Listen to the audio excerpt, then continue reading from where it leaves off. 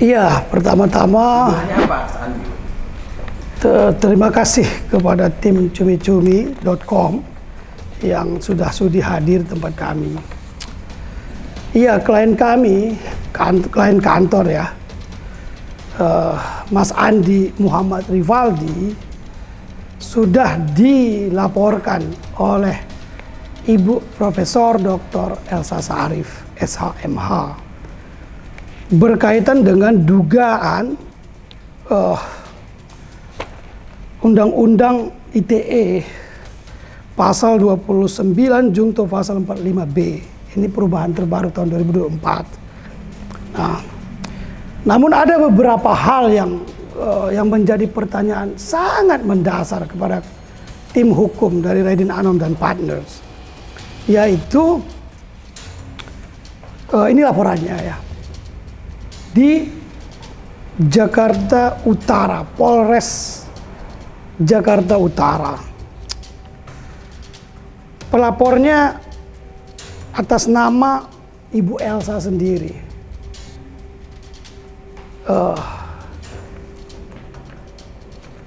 Yang menjadi persoalan mendasar bagi kami, Ibu Elsa ini KTP-nya di mana sehingga diterima di Jakarta Utara. Sepengetahuan kita bahwa Ibu Elsa ini ber-KTP di Jakarta Pusat, Menteng Jakarta Pusat, berdasarkan surat kuasa yang dia berikan, surat kuasa yang Bu Elsa berikan kepada Bapak Farhad Abbas berkaitan dengan kasus UMKM ini. Nah, di sini dikatakan pemberi kuasa itu, ya, di surat kuasa ini alamat Ibu Elsa itu di Menteng Jakarta Pusat. Nah, bagaimana mungkin yang seharusnya menjadi dasar laporan itu adalah KTP, ini berkaitan dengan lokus, ya, lokus delicti, tempat terjadinya satu dugaan perkara pidana itu. Lalu yang kedua lagi, kami sangat sayangkan ya, tidak adanya disebutkan di sini tanggal laporan. Tidak disebutkan tanggal laporannya kapan. Tapi itu kita bisa terima ya. Lalu dugaannya bahwa saudara Andi, klien kami, diduga telah melakukan dugaan kejahatan yang terjadi pada bulan Juli 2024 sampai dengan S_D bulan Agustus 2024. Dari frasa ini Andi harus ditafsirkan melakukan kejahatan selama 2 bulan. Apa mungkin seseorang itu melakukan kejahatan selama 2 bulan berturut-turut? Ini laporan apa ini? Ini bagaimana mungkin kepolisian bisa menerima laporan seperti ini? Tentunya kita kalau merujuk kepada satu postulat hukum yang mengatakan, mohon izin saya menggunakan bahasa Latin, a verbis legis non est resedendum, bahwa kita tidak boleh menyimpang dari bahasa hukum. Nah, ini menyimpang sekali ini laporan. Ya, 2 bulan melakukan kejahatan, KTP. Kami juga sudah mengirimkan tim kami tentang alamat ini. Kita tanyakan, konfirmasi ke masyarakat yang disebutkan di alamat ini. Keterangan yang kami dapat bahwa alamat Jakarta Utara ini adalah alamat Ibu Elsa saat dengan suaminya sebelumnya. Itu keterangan yang kami dapat ya, keterangan yang kantor kami dapat atas orang-orang yang kami kirimkan untuk mencari tahu. Nah, ini lagi-lagi berkaitan dengan isu UMKM ini yang merugikan member UMKM, anggota UMKM hingga 55 miliar ini, sebenarnya lebih dari itu ya, sangat menyusahkan masyarakat, bahkan sangat menyimpang dari konsep-konsep hukum. Kita ini negara hukum. Kami akan tindak lanjuti ini. Apakah ini laporan palsu? Maka kami dan Andi, klien kami ya, akan melakukan laporan terhadap Ibu Elsa Sharif atas dugaan laporan palsu yang diatur di KUH pidana kita, dan akan menindaklanjuti surat ini kepada Kepolisian Republik Indonesia. Kami akan laporkan. Saya pribadi kemarin juga sudah mengirimkan WA kepada Pak Kapolri atas surat-surat ini. Mungkin bisa saya tunjukkan WA saya agar tidak disebut hoax gitu ya. Sebentar ya Pak ya. Nih. Saya sudah kirimkan. Ya, saya sudah kirimkan juga kepada Pak Kapolri ini via WA atas laporan ini. Kita ingin kepolisian, kan kepolisian ini saat ini sedang gencar-gencarnya memperbaiki citra untuk mendapatkan kepercayaan masyarakat. Nah, kami akan tindak lanjuti atau follow up semaksimal mungkin berdasarkan ketentuan-ketentuan hukum yang diatur di negara kita. Itu mungkin. Tentunya ini menjadi sangat fundamental, sangat penting dalam hukum pidana ya, untuk menentukan tempat kejadian dugaan pidana yang dilakukan oleh seseorang.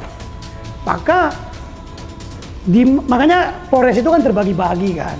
Tujuannya di mana kejahatan itu dilakukan harus merujuk kepada tempat. Nah ini akan tempus dan lokus dan tempus itu satu kesatuan, nggak bisa dipisahkan dalam konsep hukum pidana. Kalau laporan itu lari dari tempat, maka tidak akan pernah ada kejadian itu. Kejadian palsu jadinya, rekayasa. Nah, ini menyalahi konsep. Lalu yang kedua, di negara kita, ya, bahwa laporan itu, surat kuasa harus sesuai, ya, harus sesuai. Laporannya harus sesuai dengan tempat kejadian. Kalau perihal penangkapan itu boleh di mana saja karena orang itu bergerak. Nah, ini yang menjadi masalah. Jadi nggak dibenarkan apabila kejadian satu kejahatan di Jakarta Selatan lalu dilaporkan di Jakarta Utara, atau kejadian di Jawa Barat dilaporkan di di Jakarta. Dia akan kabur, perkara itu tidak akan pernah ketemu. Ibu Elsa pasti tahu konsep ini seharusnya. Masa seorang profesor kan gitu kan. Kenapa nggak laporkan di Polda Metro mungkin? Untuk mencakupi seluruh wilayah administrasi yang ada kan gitu. Nah kalau di Polda oke, kita nggak ada keberatan. Tapi ini di Polres. Kami sudah konfirmasi juga ke klien kami, Bapak Andi, Mas Andi, bahwa dia bilang saya nggak pernah melakukan karena dugaannya ini ITE, ya.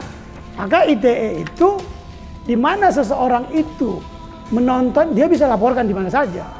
Tapi persoalan yang sangat mendasar berkaitan dengan ini, KTP ibu ini apakah di Jakarta Utara atau Jakarta Pusat? KTP si pelapor. KTP si pelapor. Contoh begini, kalau saya atau Ibu Elsa nonton di Jakarta Utara, ya, atas dugaan kejahatan yang dilakukan terhadap dirinya, dan dia tinggal di sana, maka dia laporkan di Polres sana. KTP-nya menjadi sangat penting, alamat dia menjadi sangat penting, kan gitu ya. Tapi ini surat kuasa juga Ini ya surat kuasa Pak Farhad, surat kuasa Bu Elsa yang menunjuk Pak Farhad atas kasus yang kita bahas ini, yang sedang ramai dibicarakan ini, mengatakan alamatnya di Menteng, Jakarta Pusat. Gitu. Jadi lagi-lagi kami bertanya-tanya apakah KTP-nya dua, atau konsep hukum kita berbeda, atau polisinya asal gitu loh. Atau Kapolresnya mungkin juga orang-orang yang dulu di Jawa Timur yang berkaitan dengan kasus UMKM atau PT Mi-Miles ini yang berkaitan dengan Pak Sanjay gitu loh. Iya, tiga itu menjadi pertanyaan mendasar kan. Apakah KTP Bu Elsa ada dua? Apakah ada pemalsuan KTP? Atau polisi yang nggak jeli, kan begitu pertanyaannya. Apa iya polisi nggak jeli? Ceroboh sekali loh ini. Ini fatal loh. Polisian sangat fatal ini. Ini menjadi sangat untuk kepada Pak Kapolri juga ya, tim Mabes Polri, agar mengingatkan lah di bawah ini, jangan sembarangan gitu loh, untuk lebih mendalam lah dalam penanganan perkara. Memang benar bahwa laporan itu nggak boleh ditolak, satu laporan itu nggak boleh ditolak gitu. Tapi kalau begini bisa berantakan semuanya penegakan hukum. Saya akan laporkan satu perkara kasus di Medan, laporkan aja Jakarta. Bubarkan aja Polres yang lain kalau begini modelnya. Atau kurangin aja Polres. Kalau boleh ya sembarangan seperti ini. Saya yakin nggak boleh. Dan semua masyarakat atau insan hukum bersepakat ini tidak dibenarkan. Kalau ya, jikalau KTP Bu Elsa itu di Jakarta Pusat merujuk ke keterangan surat kuasa. Itu Mas Gesang. Iya, kalau kita diam sebenarnya nggak ada konsekuensinya, kami datangi gitu ya.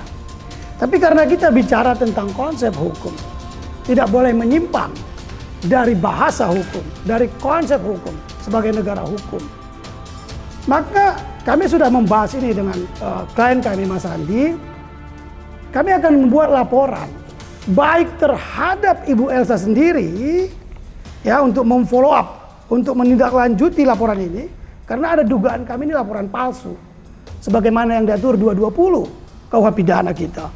Yang kedua, kami juga akan melaporkan pihak kepolisian ya, untuk penegakan disiplin internal. Kami akan lakukan itu. Saya mencoba menghubungi penyidik yang tertera nomornya di surat laporan ini. Saya coba hubungin, saya coba WA, saya coba telepon. Kayak dari kemarin hingga hari ini, tapi nggak ada tanggapan. Itu mungkin Mas. Kami akan dengan klien kami tegaskan, kami akan buat laporan. Laporan, sebentar. Pelapornya tidak disebutkan. Tadi di awal saya sampaikan. Di sini tidak disebutkan tanggal berapa pelapor ini melaporkan.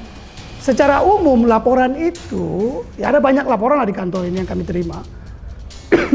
Disebutkan tanggal pelaporannya, si pelapor melapor tanggal berapa. Ya. Kalau ini memang di sini disebutkan Jakarta 19 November 2024. Sayang loh ini kertas negara ini. Duit loh ini. Ini kan undangan klarifikasi ya. Memang kami tidak datangi ini. Belum kami datangi. Makanya kami konfirmasi karena klien kami ada yang dilakukan satu dan lain hal. Kami menunggulah undangan kedua nih. Ya. Kan memang undangan klarifikasi. Tapi ini penyelidikan. Penyelidikan itu harus berlanjut. Kalau memang tidak memenuhi syarat nanti tutup LP2 lit. Kan gitu ya. Dan yang menjadi pertanyaan sangat mendasar itu kok aneh aja karena saudara Andi tidak merasa di sana. Begitu, apalagi klien kami ini kan cukup sering mendatangi kantor Bu Elsa ya. Bahkan rumah masing-masing orang-orang yang disebutkan seperti Ibu Elsa, Pak Vidi, FA.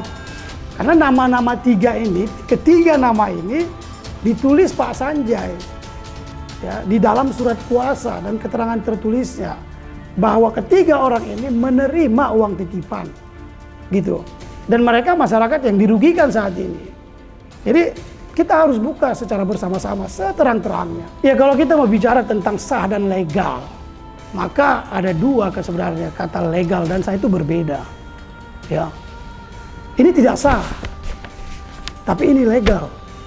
Sah, kalau saya merujuk kepada pernyataan dari Han Kelsen sebagai motor atau kita kan merujuk kepada konsep teori hukumnya, Stephen Baudersrecht, ya, hierarki perundang-undangan.